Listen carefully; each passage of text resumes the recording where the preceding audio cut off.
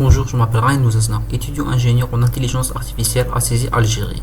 Donc, cette vidéo présente mon projet d'ingénieur citoyen. L'idée part d'un constat simple. Connaître son niveau d'anglais coûte cher et reste inaccessible à beaucoup de gens. J'ai créé un outil IA gratuit et open source bien sûr pour répondre à ce problème. Je vais vous montrer comment je l'ai fait et en quoi c'est une démarche d'ingénieur citoyen.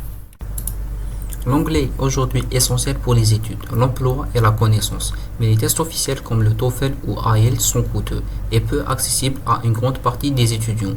Résultat, une vraie inégalité d'accès à quelque chose d'aussi basique que connaître son niveau. C'est pour ça que je voulais résoudre ce problème avec une solution AI et bien sûr ça va avoir aussi mes compétences d'ingénieur citoyen. Ok, maintenant on va parler sur l'idée et le lien citoyen. D'abord, mon idée relie mes deux casquettes. D'un côté ingénieur qui conçoit un modèle d'intelligence artificielle, de l'autre de les citoyens qui met le gratuitement au service de tout le monde. Le résultat, un outil qui va évaluer automatiquement le niveau d'anglais selon le cadre européen CEFR. De A1 c'est le débutant, à C2 le maîtrise. Donc on pourra voir tous les niveaux d'anglais selon les critères d'Europe.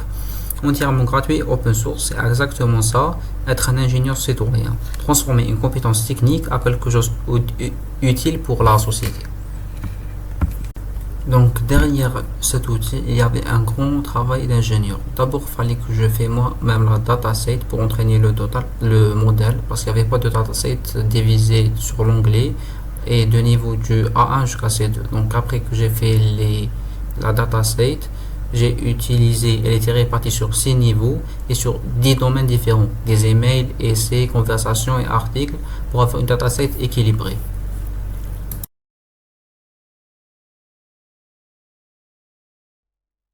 Ça, c'est le modèle qu'on a train. Ça, c'est le modèle.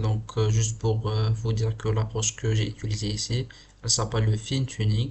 Donc, le fine tuning, c'est de partir avec de la base un petit modèle qui est petit de paramètres. Comme ici, c'est le Queen 2,5 qui a 1,5 milliard de paramètres et lui montrer notre dataset pour le train. Il y avait 5 phases de train. Oui, c'était 5 phases et les résultats étaient quasiment bons. Donc on a 96% de précision et c'est un bon résultat. Après, c'est vrai qu'il y a une petite confusion entre le C1 et le C2. C'est pour ça que la précision ici c'est 60%. Et c'est justifiable parce que dans ce niveau on peut être confused. C'est ça. Donc ça c'est le modèle qu'on a fait. On va tester la démonstration du modèle qu'on a fait. Il est ici accessible par Hugging Face. Il est un modèle open source, il est accessible dès maintenant. Donc par exemple, on a le input ici, on va faire any text. Par exemple, je vais vous dire I have dog, I like it very much.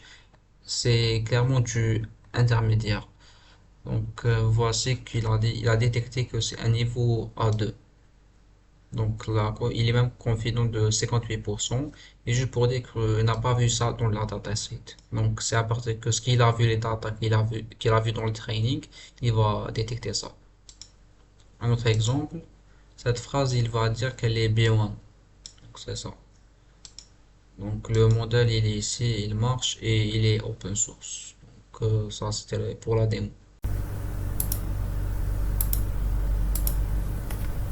Ce projet m'a appris à relier la technique à l'impact côté ingénieur, préparation de données, fine-tuning un modèle, évaluation et même arriver à la phase du déploiement.